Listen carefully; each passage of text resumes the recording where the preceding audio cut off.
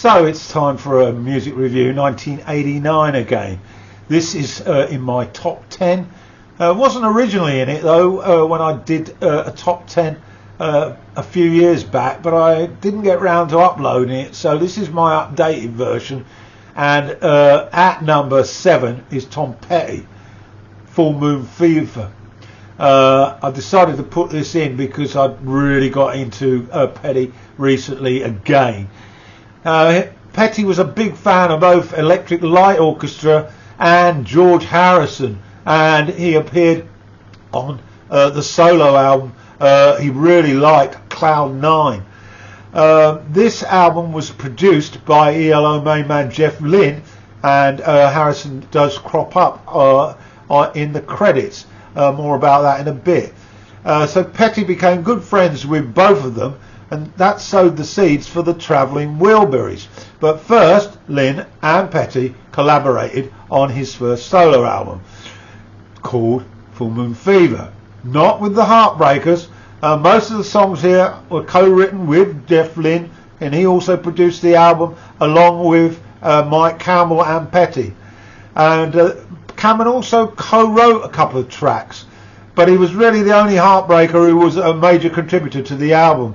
Epstein did sing backup on a couple of tracks, and Benmont Tench played piano on one.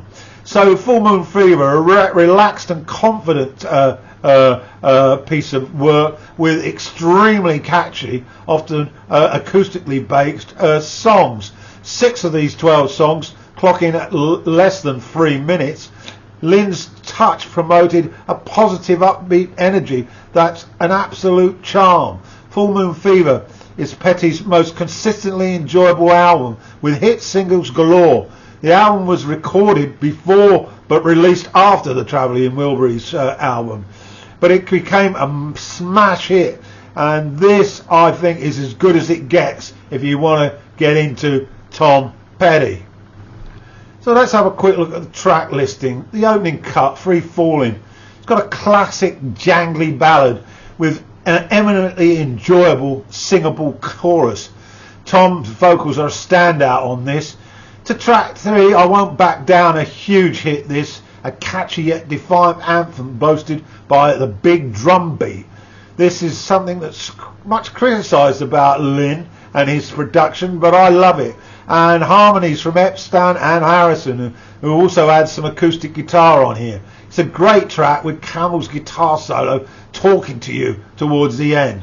Track 3 is Love Is a Long Road. Again, some spellbinding, stunning guitar on this. And then we get to track 4, another great, huge single, Facing the Crowd, my personal favourite on here.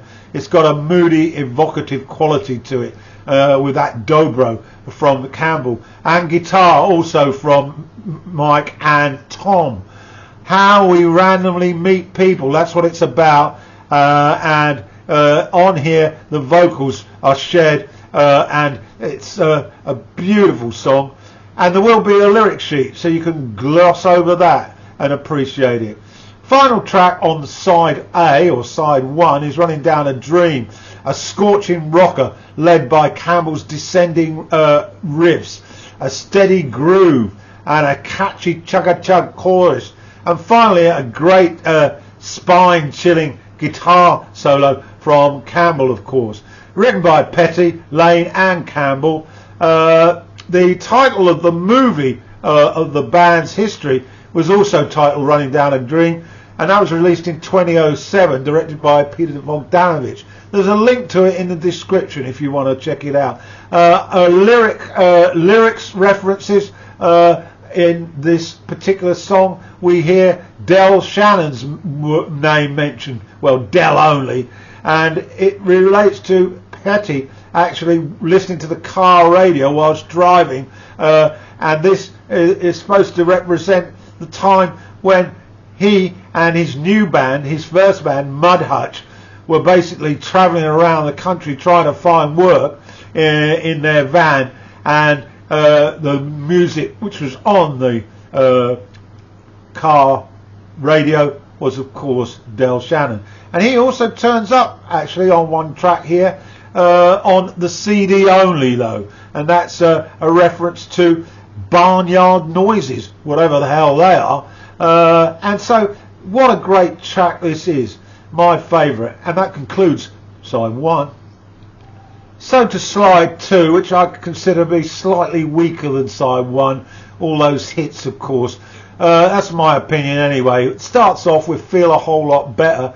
This is a Byrds cover of sorts, written by Gene Clark. Great song, great version. And it's a bit of a tribute really to the Byrds. And as we know, they were a huge influence on Petty and the Heartbreakers. Can you hear needles and pins in here?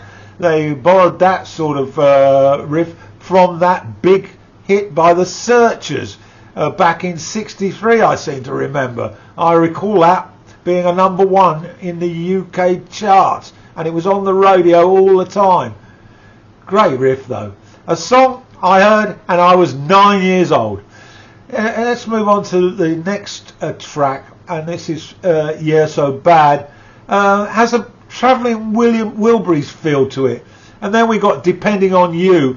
You can hear Bob Dylan here. His influence is all over the lead vocals. The Apartment song, a bit of a MOR, I consider the weakest on this album. And then we got All Right for Now. It's got some lovely lullaby-like feel to it. And then A Mind with a Heart of Its Own. There's some real 50s, 60s type rhythms to this. Very much nostalgic. And then the final cut is Zombie Zoo. And you can hear Roy Orbison on backing vocals, but you need to listen very carefully. It's a tale of all-night discos and how women become someone else when they struck the boards. The late night lights with male punters gawping at their charms. I also read that Zombie Zoo was actually one of the very, very first underground death rock clubs in Los Angeles back in 1988. So there we have it. That's my look at the track listing. Will be a slide as always, and there will be a slide with the musicians on the album. So in conclusion then, there was going to be 3 slides of 3 tracks that I've referred to. I won't back down, Face in the Crowd and Running Down a Dream. Of course there will be slides with the musicians who played on this album, plus the track list. And I must conclude, this is possibly one of my very favourite Tom Petty albums that gets more listening. He's got a huge catalogue, so there are bound to be some that are a bit neglected, but I'd put this one up there alongside Hypnotic Eye, their last, and of course the debut is terrific as well. And I also like the album, the name escapes me now, but it'll come to me in a bit. Torpedoes, Damn the Torpedoes. Okay, so that's my lot then. Hope you enjoyed it, and that's Full Moon Fever at number 7 in my countdown for 1989.